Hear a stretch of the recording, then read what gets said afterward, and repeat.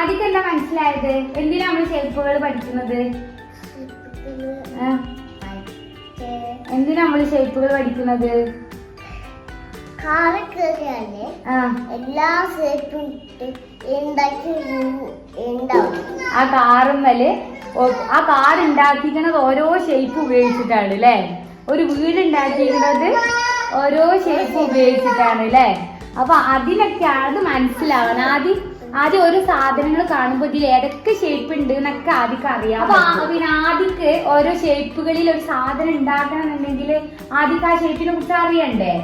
അത് ചിലപ്പോ ഒരു കാർഡ്ബോർഡൊക്കെ വെട്ടിയിട്ട് ഒരു വീടൊക്കെ ഉണ്ടാക്കണമെങ്കിൽ ആദ്യം അത് എങ്ങനെ വെച്ചാലാണ്, ഏത് ഷേപ്പ് വെച്ചാലാണ് വീട് ഉണ്ടാക്കാൻ പറ്റുകയെന്ന് അറിയണ്ടേ?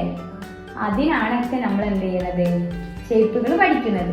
അപ്പൊ എല്ലാ സാധനവും അതിന് പുറത്തിറങ്ങുമ്പോഴും എവിടെ പോയി നോക്കുമ്പോഴും ഒക്കെ ഓരോ ഷേപ്പ്, എന്തൊക്കെ ഷേപ്പിലാണ് ഓരോ സാധനങ്ങൾ ഉണ്ടാക്കിയെന്ന്